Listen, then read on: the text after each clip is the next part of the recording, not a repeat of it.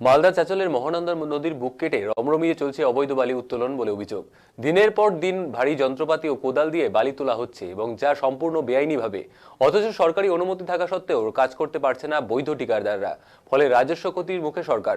মালদা চাঁচল 2 নম্বর ব্লকের হোসেনপুর ও পুরাতন খানপুরের মহানন্দা নদীর বিষয়ে প্রশাসনটি নিয়ে দ্বারস্থ হয়েছেন বৈধ ঠিকাদাররা। এই ঘটনার সামনে আসতেই শুরু হয়েছে রাজনৈতিক চাপানোতর।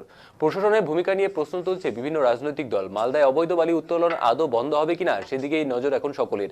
চোখের সামনে নদীর বুক কেটে চলছে বালি তোলার কাজ। কোথাও ভারী যন্ত্রপাতি, কোথাও আবার কোদাল হাতে নদী থেকে বালি তুলে ট্রাক ও ট্রাক্টরে করে পাচার করা হচ্ছে। অভিযোগ সবটাই হচ্ছে সরকারি অনুমতি ছাড়াই। এই অবৈধ বালি উত্তোলনের জেরে বিপাকে বৈধ ঠিকাদাররা। তাদের দাবি, সমস্ত নিয়ম মেনে সরকারি অনুমতি থাকা সত্ত্বেও তারা নির্ধারিত ঘাটে কাজ করতে পারছেন না। অন্যদিকে অবৈধ উত্তোলনের ফলে সরকারি ও বিপুল রাজস্ব ক্ষতি হচ্ছে সরকারের। সরকারি ঠিকাদারদের অভিযোগ, নবান্ন থেকে সরকারি অনুমতি নিয়ে আমাদের সব কাগজপত্র থাকা সত্ত্বেও কাজ করতে পারছি না, অথচ বেআইনিভাবে প্রকাশ্যে কিছু বালি মাফিয়া তাদের বালি তুলে নিয়ে যাচ্ছে। বিষয়টি নিয়ে প্রশাসনের দ্বারস্থ হয়েছেন বৈধ ঠিকাদাররা।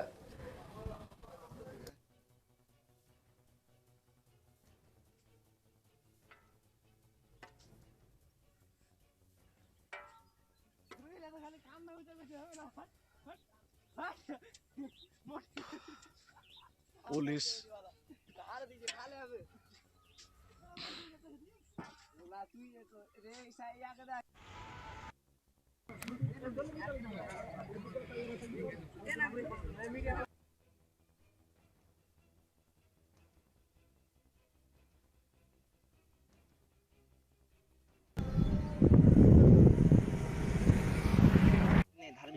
আমি তো সকাল থেকে ওইটাই দেখছি, ভালো যুগ নেই, লোক নামাজ পড়ছে, ওগুলা লোক এসে টুকি মেরে চলে আলো। ওর কি জায়গাজি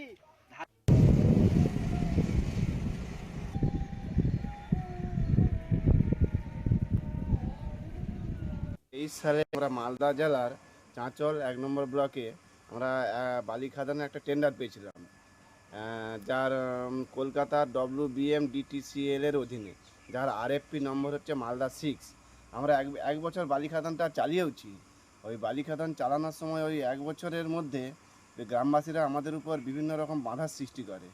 ওই লোকাল জনগণ আমাদের উপর বাধার সৃষ্টি করে। তো সেই সূত্র ধরে আমরা বালি খাদানটি বন্ধ করতে বাধ্য রাখি এবং প্রশাসনিক দপ্তরে SD অফিসে আমরা 3 থেকে 4 বার আমরা আলোচনায় বসেওছি। তার এখনও পর্যন্ত কোনো সুরাহা হয়নি। কিন্তু আমরা আবার যখন পুনরায় ওই বালি খাদানটি আরম্ভ করতে যাই, তো লোকাল জনগণ আবার সেরকমভাবে আমাদের উপর বাধার সৃষ্টি করে। তো এই ব্যাপারে আমরা প্রশাসনকে জানিয়েওছি। লোকাল জনগণ আবার আমার কাছে খবর আছে, লোকাল জনগণ রাতের অন্ধকারে নাকি আবার সেখান থেকে বালিও চুরি করে বিক্রি করছে। জানি না এর সঙ্গে কারা কিভাবে জড়িত আছে।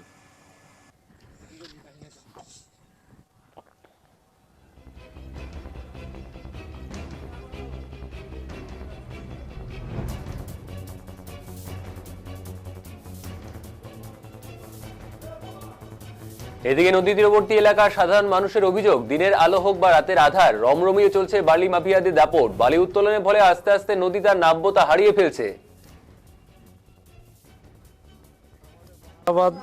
গ্রাম এবং হোসেনপুর গ্রাম, থারাইশ গ্রাম, গোয়ালপাড়া গ্রাম, তেলাইগাছি গ্রাম, এই গ্রামগুলো সব মহানন্দা নদীর তীরে অবস্থিত। আমাদের যে বাহারাবাদ মহানন্দা নদীটা আছে, সেই নদীটার 2 পাড় বালি, এঁটেল মাটি কোনো নেই, শুধু বালির পাড়। তার জন্য সরকারিভাবে টেন্ডার দিয়েছে আমরা জানি। তারপরেও আমাদের দেশের লোক যারা গ্রামের বাসিন্দা, তারা প্রোটেক্ট করছে যে না, আমাদের এখান থেকে বালি তুললে আমাদের বাড়ি ঘরগুলো পড়ে যাবে।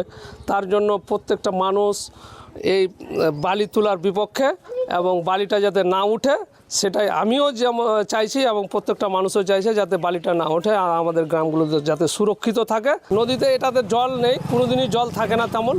জল না থাকলেই আমাদের সুবিধা, আমাদের ওই মাঠে জমি আছে, যাওয়া আসা সব থেকে সুবিধা, পার হওয়া। আর হোসেনপুর গ্রামের সম্পূর্ণ ব্লক থেকে নিয়ে পঞ্চায়েত থেকে নিয়ে সব এই পারে, তো ওরা যাতায়াতের সুবিধা আছে। আর বাড়িগুলো যাতে নষ্ট না হয় তার জন্যই আমরা এটা করছি আর কি। আমাদের বাহারাবাদ গ্রাম। বিজেপি নেতা অভিষেক সিংঘানিয়া বলেন, নদীপক্ষ থেকে বেআইনিভাবে বালি তোলা হচ্ছে, ফলে তার নদী নাব্যতা হারাচ্ছে। এই ঘটনায় যারা জড়িত তাদের বিরুদ্ধে কড়া পদক্ষেপ নেওয়ার দাবি করেন তিনি।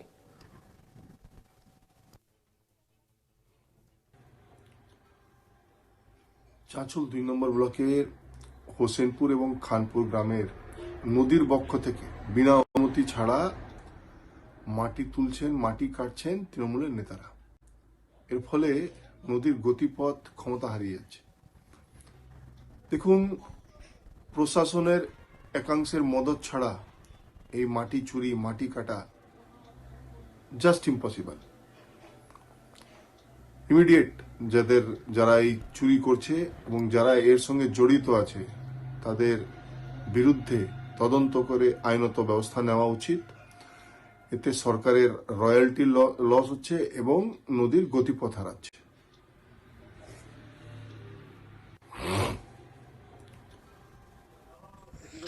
অন্যদিকে বিষয়টি নিয়ে চাঁচলের মহকুমা শাসক ঋত্বিক হাজরা জানিয়েছেন, সরকারিভাবে বালি উত্তোলনের অনুমতি যারা পেয়েছেন তারা অবশ্যই কাজ করতে পারবেন, সরকার রাজস্বও পাবে। এটা নিয়ে আমরা বেশ কয়েকটা মিটিং করেছি এবং আমাদের 3 দিন আগেই আমাদের এডিএম এলআর ম্যাডামও এসেছিলেন। আমরা সমস্ত পাবলিক রিপ্রেজেন্টেটিভ ওখানকার তাদের সাথে নিয়ে বসেছিলাম এই ইস্যুটাকে রিজলভ করার জন্য। আমাদের ফ্রুটফুল আলোচনা হয়েছে। ওনাদেরকে বলা হয়েছে যদি লোকালি কোনো মিস ইনফরমেশন থাকে, অনেকের ইনফরমেশন রয়েছে লোকাল মানুষের যে হয়তো নদীটা কাটলে হয়তো আরও বেশি পাড়ের ক্ষতি হবে বা বন্যার দ্বারা পাড়ের লোকেরা ক্ষতিগ্রস্ত হতে পারে। এই ইনফরমেশনগুলো যাতে ওনাদেরকে বলা হয়েছে যেটা মানুষের সাথে কথা বলে রিজলভ করতে, এবং আমরা আশা করি যে এই প্রবলেমটা সলভ হয়ে যাবে এবং যারা সরকারিভাবে টেন্ডার যারা পেয়েছেন তারা অবশ্যই কাজটা করতে পারবেন এবং গভর্নমেন্ট রয়্যালটি পাবে। এই মুহূর্তে আমার কাছে যেটুকু ইনফরমেশন তারা এখনো পর্যন্ত ওখানে মাটি কাটতে শুরু করতে পারেনি, তবে আমরা দেখছি যাতে ওনাদেরকে ফেসিলিটি করা যায়। এই ইনফরমেশনটা আমার কাছেও এসছে, এই অভিযোগ আমার কাছে এসছে। আমি অলরেডি কনসার্ন বিএলআরওকে বলেছি ব্যাপারটাকে দেখার জন্য, আমরা ব্যাপারটা দেখে নেব। না অ্যাকচুয়ালি কোন থেকে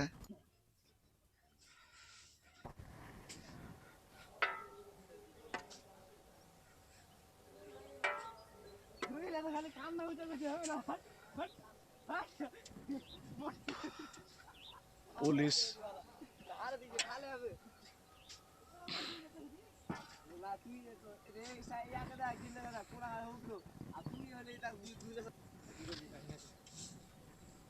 কোন থেকে